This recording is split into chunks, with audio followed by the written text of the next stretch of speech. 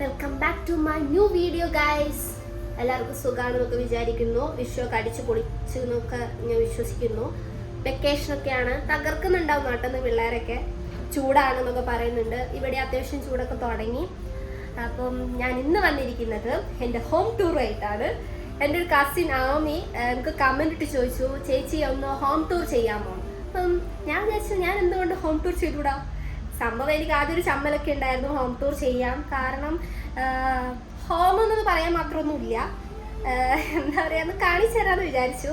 പിന്നെ പല ആൾക്കാരുടെയും തെറ്റിദ്ധാരണകളുണ്ട്. നമ്മൾ പ്രവാസികൾ അല്ലെങ്കിൽ ഗൾഫ് രാജ്യങ്ങളിൽ പോയിട്ട് അടിച്ചുപൊളിയാണ്, ഇവിടെ ഫ്ലാറ്റ് എടുത്തിട്ട് എന്താ പറയുക അടിച്ചുപൊളിയാന്നൊക്കെ. അതല്ല, മെയിൻ അടിച്ചുപൊളിക്കാണ്, പൈസ ഉണ്ടാക്കുന്നു, അങ്ങനെയാക്കുന്നു ഇങ്ങനെയാക്കുന്നു. പക്ഷെ ഇവിടുത്തെ സാഹചര്യം ഇവിടെ വന്നു കഴിഞ്ഞാൽ പലർക്കും മനസ്സിലാവുള്ളൂ. ഇവിടെ നിന്നല്ല, ഏതൊരു GCC കൺട്രി പോയി കഴിഞ്ഞാലും അവിടുത്തെ സാഹചര്യത്തിനനുസരിച്ച് ജീവിച്ചിട്ടില്ലെങ്കിൽ നമ്മളെ കയ്യിൽ നിന്ന് പോകും.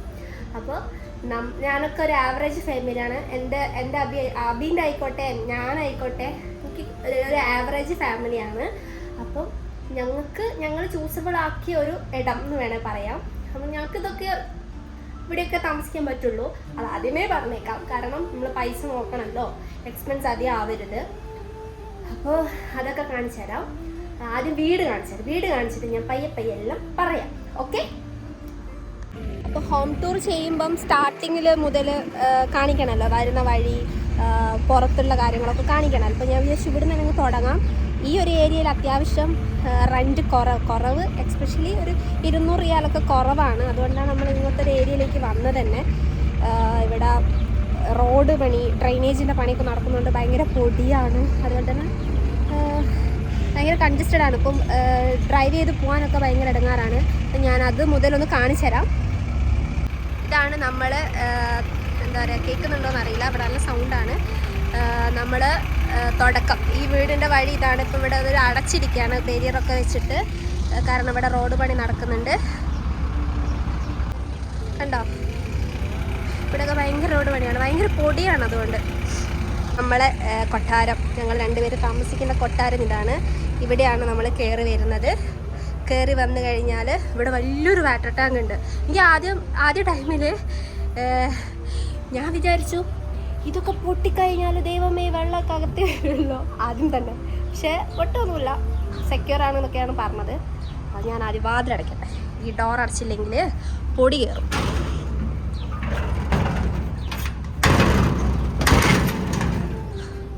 അപ്പോൾ ഇതാണ് നമ്മളെ വീട്. നമുക്കായിട്ടൊരു പ്രൈവസി ഏരിയ എന്ന് വേണേൽ ചൂസ് ചെയ്തത്.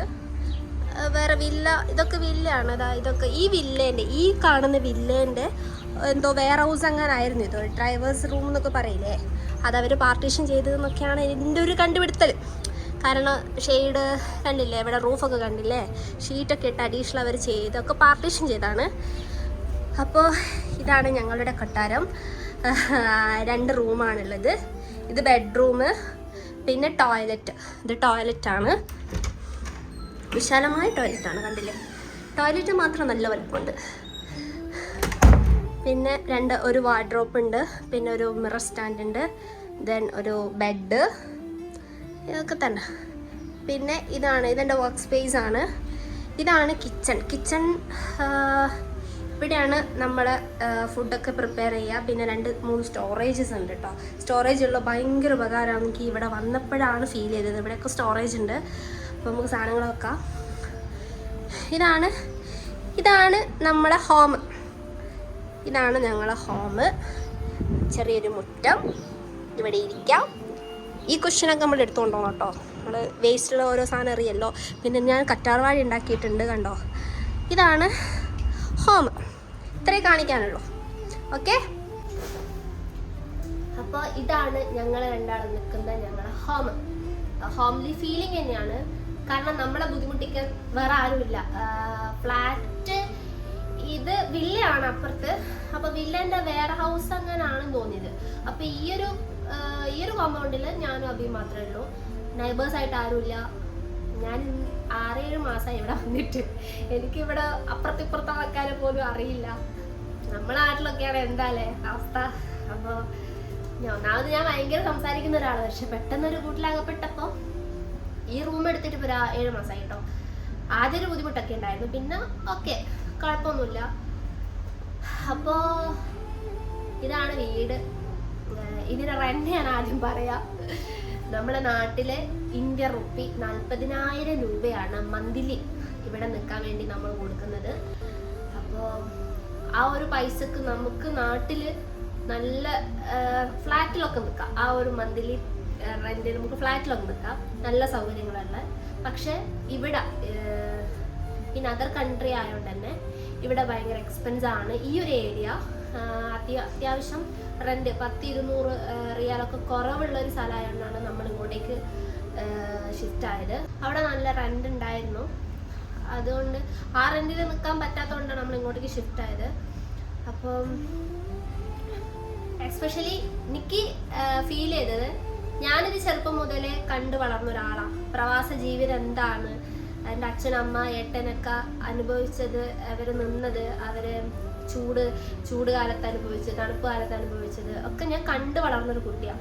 അപ്പം എനിക്ക് അതത്ര ഫീൽ ആയിട്ടില്ല. ഇത് കണ്ടപ്പോൾ എനിക്ക് ഇത് മതി, ഇവിടെ ഓക്കെയാന്ന് പറഞ്ഞ ആളാണ് ഞാൻ.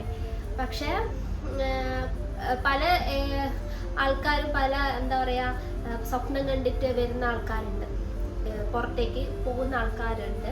പക്ഷെ അവര് എത്തിപ്പെടുക ഇതേപോലത്തെ സ്ഥലങ്ങളിലൊക്കെ എത്തുമ്പോൾ അവർക്ക് ഭയങ്കര ഫീലിങ്സ് ആയിരിക്കും. ഞാൻ കണ്ട ആൾ ഇതിങ്ങനെയല്ല, ഞാൻ കണ്ട സ്ഥലം ഇങ്ങനെയല്ല എന്നൊക്കെ പറയും. പക്ഷെ എനിക്ക് അവരോട് പറയാനുള്ളത്, ജീവിക്കുന്ന ആൾക്കാരുണ്ട്, നല്ല രീതിയിൽ നല്ല ഫ്ലാറ്റൊക്കെ എടുത്തിട്ട് നല്ല റെന്റ് കൊടുത്ത് താമസിക്കുന്ന ആൾക്കാരുണ്ട്. പക്ഷെ അവർ വെൽ സെറ്റിൽഡ് ആയിരിക്കും. നമ്മളൊരു മീഡിയം കപ്പാസിറ്റിയുള്ള ആൾക്കാരാണ്. എൻ്റെ പേരൻസ് ആയിക്കോട്ടെ, അബീൻ്റെ പേരൻസ് ആയിക്കോട്ടെ ഒക്കെ ഒരു ആവറേജ് കപ്പാസിറ്റിയിൽ ഓടുന്ന വണ്ടികളാണ്. അപ്പം അബീൻ്റെ ജോബ് ആയിക്കോട്ടെ അതൊരു ആവറേജ് കപ്പാസിറ്റി ഉള്ള ഒരു ജോബാണ്. അപ്പം നല്ല വെൽ സെറ്റിൽഡ് ആവണമെങ്കിൽ, നല്ല സാലറി ഉള്ള ജോബ് കിട്ടിക്കഴിഞ്ഞാൽ ഇവിടുത്തെ ഗവൺമെൻറ് മിനിസ്ട്രിയിലൊക്കെ വർക്ക് ചെയ്യുന്ന ആൾക്കാർക്കാണെങ്കിൽ നല്ല രീതിയിൽ അലവൻസും കാര്യങ്ങളൊക്കെ ഉണ്ടാവും. അപ്പം നമുക്ക് നല്ല നല്ല എന്താ പറയുക, നല്ല റൂമൊക്കെ നമുക്ക് കിട്ടും. അപ്പോൾ സാധാ ഒരു ഫാമിലിക്ക് നിൽക്കണമെങ്കിൽ ഇതേപോലത്തെ 2 റൂമൊക്കെ ഉള്ള നമ്മൾ അഡ്ജസ്റ്റബിൾ ആണ്. പക്ഷെ ഞാൻ ഓക്കെ ആട്ടോ, എനിക്ക് ഇവിടെ ഭയങ്കര ഇഷ്ടപ്പെട്ടു. കാരണം നാച്ചുറൽ ലൈറ്റ്. ആദ്യം നിന്നതൊരു ചെറിയ റൂമിലായിരുന്നു, നമുക്ക് പുറത്തിറങ്ങാനൊക്കെ ബുദ്ധിമുട്ടായിരുന്നു, ഭയങ്കര കൺജസ്റ്റഡ് ആയിരുന്നു. പക്ഷെ ഇവിടെ എനിക്ക് ഭയങ്കര ഇഷ്ടമായി. ആകെ ഒരു പ്രശ്നം എന്ന് പറയുന്നത് പൊടിക്കാറ്റ് വരുമ്പോഴും മഴ വരുമ്പോഴും ഉണ്ടാകുന്നൊരു പ്രശ്നം മാത്രം. അന്നേരം അസുഖങ്ങളൊക്കെ പെട്ടെന്ന് വരും. ഫസ്റ്റ് ഞാനിവിടെ മഴ കണ്ടത് ചെറിയൊരു മഴയായിരുന്നു കണ്ടത്. പക്ഷെ ഇവിടുത്തെ നാഷണൽ ഡേൻ്റെ അന്നൊരു മഴ പെയ്തിരുന്നു വൈകുന്നേരം, ഈ ഹെയിൽ സ്റ്റോൺ ഒക്കെ വീണിട്ടുള്ളൊരു മഴ. ആ മഴയത്ത് ഇവിടെ വെള്ളം കയറി. ഈവൻ കഴിഞ്ഞ ദിവസം പെയ്ത മഴക്കും ഇവിടെ നല്ല വെള്ളം കയറി. നമ്മൾ ശ്രീകുട്ടേട്ടൻ്റെ പരസിൻ്റെ വീട്ടിലൊക്കെ ആയിരുന്നു. അപ്പോൾ അന്ന് ഞാൻ നല്ലോണം ടെൻഷൻ അടിച്ചു. കാരണം നമ്മൾ ഫുഡ് കഴിക്കാൻ വേണ്ടി ഫുഡ് കഴിച്ചുകൊണ്ടിരിക്കുമ്പോഴാണ് മഴ പെയ്യുന്നത്. ഫുഡ് കഴിച്ചിങ്ങനെ തുടങ്ങി ഒരു പകുതി എത്തുമ്പോഴേക്കും നല്ല മഴ പെയ്ത് പിന്നെ വെള്ളം അകത്തേക്ക് കുത്തി കയറി. അപ്പം എനിക്ക് പ്രളയമൊക്കെയാണ് ഫീൽ ചെയ്തത്. ഞാൻ ഫസ്റ്റ് ടൈമാണ്, അബി ഫസ്റ്റ് ടൈമാണ്. അബി ഇങ്ങനെ സിറ്റുവേഷനൊക്കെ ഹാൻഡിൽ ചെയ്തിട്ടില്ല. അപ്പോൾ എനിക്ക് നല്ല ടെൻഷനായി, എന്താ ചെയ്യാന്നൊക്കെ ഉള്ളൊരു വെപ്രാണ്. അപ്പോൾ ഞാൻ ഫുഡൊക്കെ കഴിച്ച് മാറ്റി വെച്ച്, നമുക്കാണ് വൈപ്പറില്ല, ആകെ ഒരു മോപ്പ് ഒരു ചൂലേ ഉള്ളൂ, അത് വെച്ച് നമ്മൾ വെള്ളം വടിച്ച് കുറേ പഴയ ഷർട്ടൊക്കെ ഉണ്ടായിരുന്നു അബീൻ്റെ, അതൊക്കെ വെച്ച് തുണിയൊക്കെ വെച്ച് മുക്കി, വെള്ളം മുക്കി. പിന്നെ നമ്മൾ രാത്രി ഇവിടെ ഡോറുണ്ട്, ബെഡ്റൂമിൽ നിന്ന് ഇറങ്ങുന്ന ഡോറുണ്ട്. ആ ഡോർ അടച്ച് നമ്മൾ അപ്പുറം കിടന്ന് കുറേ കഴിഞ്ഞ് ഒരു 8 മണിയൊക്കെ ആയ സമയത്ത് പുറത്തിറങ്ങുമ്പോൾ വെള്ളം വലിഞ്ഞ്. അപ്പോൾ ഒരു സമാധാനം ഉണ്ടായി. അതായിരുന്നു എൻ്റെ ഫസ്റ്റ് മഴേൻ്റെ എക്സ്പീരിയൻസ്. അപ്പോൾ അത് നല്ല പേടിയായിരുന്നു. കാരണം ഇവിടുത്തെ കൺസ്ട്രക്ഷൻ ഫീൽഡ് എന്ന് പറയുന്നത് എന്താ അധികം സൺഷെയ്ഡൊന്നും ഉണ്ടാവില്ല. ഇവിടെ മഴേനെ അവർ എക്സ്പെക്റ്റ് ചെയ്യുന്നില്ലല്ലോ. ഇപ്പോൾ ഇവിടെ നല്ല തണുപ്പാണെങ്കിൽ തണുപ്പ് കോമൺലി ഒരു തണുപ്പായിരിക്കും കുറച്ച് കാലം, പിന്നെ നല്ല ചൂടായിരിക്കും. പിന്നെ വല്ലപ്പോഴും കാലാവസ്ഥ ചേഞ്ച് ആകുമ്പോൾ ഒരു പൊടിക്കാറ്റും അതേപോലെ തന്നെ മഴയും ഉണ്ടാവും. അപ്പോൾ ഞാൻ വിചാരിച്ചു ഇങ്ങനെയൊക്കെ ആയിരിക്കുമോ, എപ്പോൾ മഴ പെയ്ത എങ്ങനെയാണ് അവസ്ഥ. ഞാൻ അങ്ങനെയൊക്കെ ആലോചിച്ചു കൂട്ടി. കാരണം ഞാൻ ഫസ്റ്റ് ടൈമാണ് ഈ കാലാവസ്ഥയ്ക്കൊന്ന് പരിചയം വരുന്നത്. പിന്നീട് ഉള്ള മഴ എന്ന് പറയുന്നത് നമ്മളെ ഈ പിന്നെ തണുപ്പ് കഴിഞ്ഞ് ചൂടിലേക്ക് ചേഞ്ച് ആവുന്ന സമയത്ത് ഒരാഴ്ച ഒരു കണ്ടിന്യൂസ് മഴ ഉണ്ടായിരുന്നു. അന്നാണ് ഇവിടെ വാറൊക്കെ നടന്നുകൊടുക്കുന്നൊരു ടൈമായിരുന്നു. അപ്പം ആ മഴയത്ത് നല്ല ഇടിയും.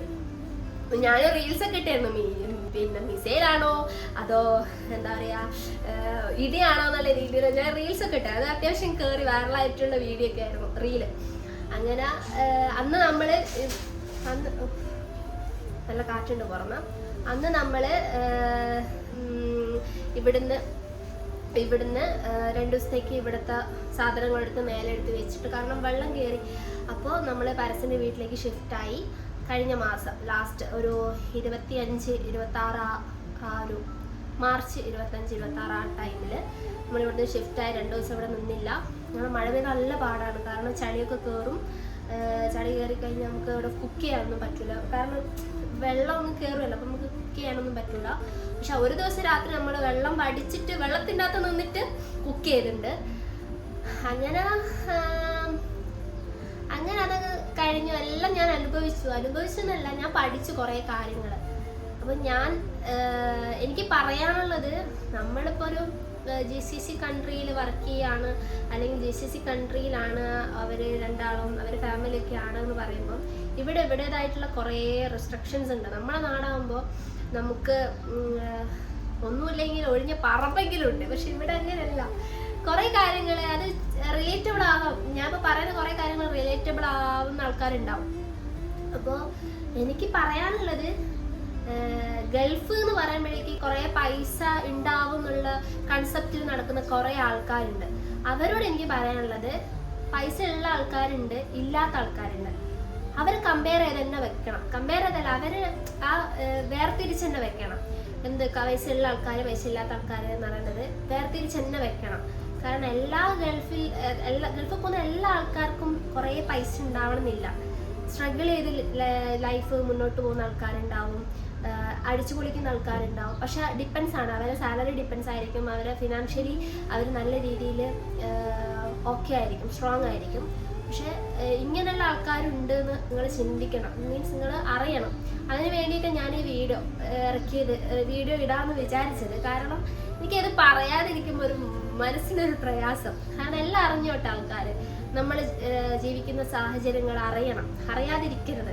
എനിക്ക് അങ്ങനെ മൂടി വെക്കുന്ന ഒരു ഇഷ്ടമല്ല. എല്ലാവരും അറിയണം എന്താണ് റിയൽ ലൈഫ്, ഇവിടെ എന്താണ് സംഭവിക്കുന്നതൊക്കെ അറിയണം.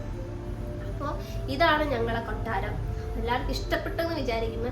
അത്യാവശ്യം സ്പേഷ്യസ് ഉണ്ട്, നമുക്ക് രണ്ടാൾക്ക് നിൽക്കാൻ ഓക്കെയാണ്. ഈവൻ ഇനിയിപ്പം നല്ലൊരു ഉയർച്ചയൊക്കെ ഉണ്ടാകുന്ന സമയത്ത് നമ്മൾ ലൈഫ് സ്റ്റാർട്ട് ചെയ്ത 2 ആൾക്കാരാണ്. അപ്പം നമ്മൾ കുറച്ചുകൂടി നല്ല പൈസയും കാര്യങ്ങളൊക്കെ ഉണ്ടാകുന്ന സമയത്ത് നമ്മൾ ചിലപ്പോൾ ഞാൻ ചിലപ്പോൾ ഇവിടെ ഉണ്ടാവണമെന്നില്ല, അബി ഇവിടെ ഉണ്ടാവും ആയിരിക്കും വിചാരിക്കുന്നത്. അപ്പം അന്നിപ്പം ആ രീതിയിൽ താമസിക്കും. അഥവാ ഇനി ഞാനൊരു വെക്കേഷനൊക്കെ ഇങ്ങോട്ടേക്ക് വരികയാണെങ്കിൽ ആ രീതിയിൽ അടിച്ചു പൊളിക്കും. ലൈഫ് ഒന്നല്ലേ ഉള്ളൂ, അപ്പോൾ അതിൻ്റെ രീതിയിൽ നിൽക്കണ്ടേ.